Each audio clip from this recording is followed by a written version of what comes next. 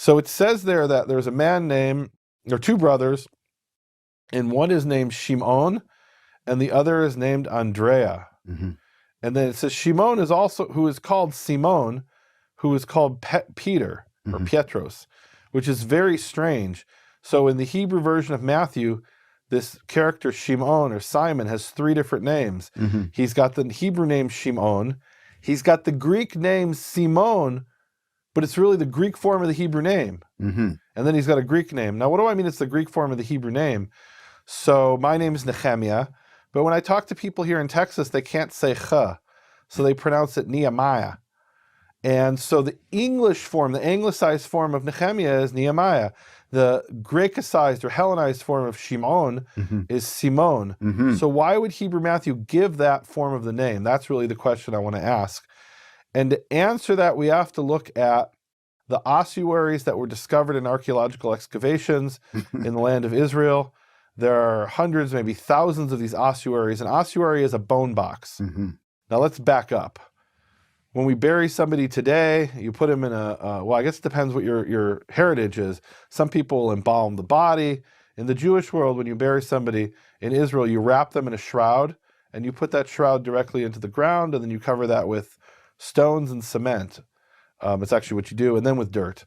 In the ancient world, what they would do in Israel, in the Second Temple period, is they would take a body, and they would put it in a cave. And then they would seal the cave, and they'd come back a year later. Mm-hmm.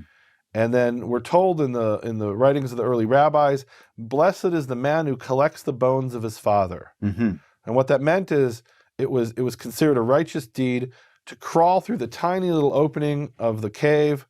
I mean, I would have to like squeeze through. These are very small openings. You get into the cave, and then it opens up in the cave, and you can stand up, and you see the body was lying on this stone slab, but now all the flesh is gone. It takes about a year in Israel for all the flesh to be gone, and then all you have left is bones, and you collect the bones and you put them in a box. Yes. And that's called a second burial. And the box where you put them in is called an ossuary. Mm-hmm. If it's a full-size box, meaning the length of the body, that's called a sarcophagus. Mm-hmm. But the small little one, essentially it's the length of the longest bone. Mm-hmm. Right? So if your longest bone, I think, is maybe your femur, that's the length of the ossuary. And you put the bones in there, all the bones, and then what they would do is they would take a nail that they would bring with them, or they'd find it on the ground there, from previous time, or they'd bring it with them into the burial cave, and by lamplight they would scratch in the name of the person whose bones they just stuck into the box. Mm-hmm. And sometimes 2 or 3 people were put in the same box. And from these names that have been scratched into the box, we learn all kinds of different things, all kinds of important things about the languages spoken in the culture of the first century Israel. Question. So one of the, yes. Might I ask a question? This is not a diversion, but I want to ask a question. You said it takes about a year for the flesh to decompose. Present day Israel, there's also something that happens about a year from the time that a person is buried. For example, if I remember right, with you, with your father, for example, there was a year later. Now, I'm not saying there's a connection between it, but is there? There's definitely no question. There's a connection. Okay, so in other words, the family comes in ancient times. The family would come together, and someone who was brave enough, and maybe the firstborn son, would crawl into the cave, and he'd collect the bones, and you could imagine what the smell was like. It's a closed, sealed cave where flesh has been decomposing over a year, which is why we hear about how people would bring spices, right? They would bring perfumes. To this day, they do that. They bring perfumes, or meaning at the actual first burial, and there's no second burial today, right? So when they actually do the burial today in Israel, there's a tradition that some people have. They'll take a bottle of perfume, of commercially bought perfume, right? Like Chanel No. 5 or something, and they'll throw it down into the grave, and it smashes and covers any smells that might come out, right? Now we bury, like I said, with cement on top of, to keep animals out. So I don't know that you'd smell a whole lot. But back in the old days, you crawl into the cave after a year and you collect the bones. And so today they have a ceremony, which is usually in English called the unveiling ceremony. Okay. And I told somebody recently I was going to Minneapolis for my grandmother's unveiling ceremony. And the response was, what's an unveiling ceremony? I thought everybody did it. Apparently it's a Jewish ceremony that after 1 year, you go to the grave and you present the tombstone, right? That's the modern version of collecting the bones and putting them in the box. There it is. Thank you. So now they put the bones in the box. They wrote the guy's name on the box with a nail usually, right? It wasn't professionally chiseled in. They're doing it by candlelight. It's very difficult to read. So on display at the Israel Museum in Jerusalem is an ossuary, one of hundreds or thousands, and it has written in Hebrew characters, but the language is Aramaic, but the name it writes is Greek. And the name of the person there on the ossuary at the Israel Museum, it says Simon Baneh Haichala, which is Simon, the builder of the sanctuary. So it says in Aramaic, Baneh Haichala, he's the builder of the sanctuary, meaning he's somebody who worked on the building of the temple. And so somebody who actually worked on the reconstruction of the temple, the renovations that were begun by Herod but continued after that, there was a guy named Simon or Shimon. So why doesn't it say his name was Shimon? Because people called him Simon. And you might say, well, wait a minute, how could that be? We have a perfectly good Hebrew name here, which is Shimon. Why would they write in Hebrew characters in an Aramaic sentence, Simon? And the answer is that the three languages, Hebrew, Greek, and Aramaic, were used by many people interchangeably. In fact, according to, there's this wonderful collection, book by a man named Rahmani. And for most people, it'd be a very boring book, but to me, this is one of the most fascinating books ever written. It's called A Catalog of Jewish Ossuaries and the Collections of the State of Israel. And Rahmani lists all his 461 pages of all these different ossuaries and what it says on the ossuary.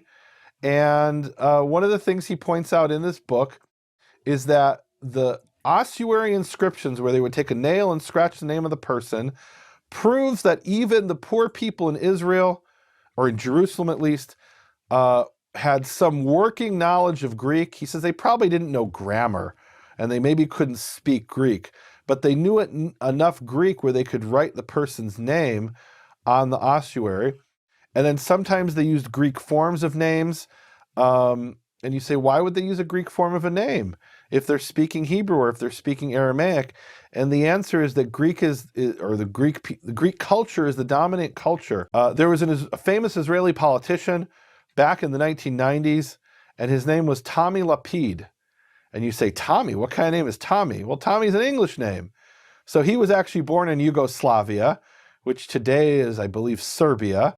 He fled from there after the Holocaust or during the Holocaust, arrived in Israel, and his real name was Yosef or Yossi, but he was called Tommy. Now, why was he called Tommy? Because English is the dominant culture today throughout the world. That's just the way it is, right? You go to China, where I lived for a year, and everyone has an English nickname, right? They don't have a Swahili nickname. Why is that? Because English is the dominant culture throughout the world. So people in the First Temple period had Greek nicknames, or they even had the Greek form of their Hebrew name was used. So here we have at the Israel Museum, his name is Shimon Boneh HaHeichal. He's known as Simon, Shimon, the builder of the sanctuary. However, on the ossuary, his son or some relative of his takes a nail and scratches in Simon Baneh Haichala, Simon, the builder of the sanctuary, and he spells sanctuary incorrectly in Aramaic with a hey instead of an aleph, because maybe his grammar wasn't so great in Aramaic either. So we've got all these different cultures: the Hebrew, the Aramaic, and the Greek. And the conclusion that this scholar Rahmani has is that people spoke different languages, and specifically Greek. Let me read you what he writes about the Greek.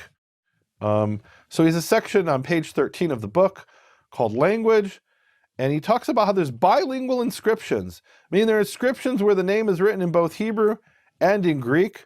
Sometimes it's written in Hebrew in another language, but usually it's Hebrew and Greek. And then he concludes, from these inscriptions it can be concluded that in and around Jerusalem and Jericho, even the lower classes of the Jewish population knew some Greek. This knowledge was probably limited to everyday speech, and in general did not include a profound familiarity with the language, its grammar, or its literature. And then he says there's a similar thing at Beit Sharim in northern Israel from a later period. So in other words, people could kind of get by in Greek. They could speak some basic Greek, but they weren't, fluent necessarily in reading and writing Greek. And so you have this mix of cultures throughout the Mishnah, which is written in Hebrew. You have Aramaic words and you have Greek words. So this is exactly what we'd expect, that in the Second Temple period, you have a man who when they call him to the Torah, they call him Shimon. And when some of his friends see him on the street, they call him Simon. Other friends call him Pietros or Petros, Peter. And he's known by all three of those names. That's a possibility. And we have him called Kepha, not in this passage, but in other passages in the New Testament, he's called Kepha, which is an Aramaic translation of Petrus, of stone.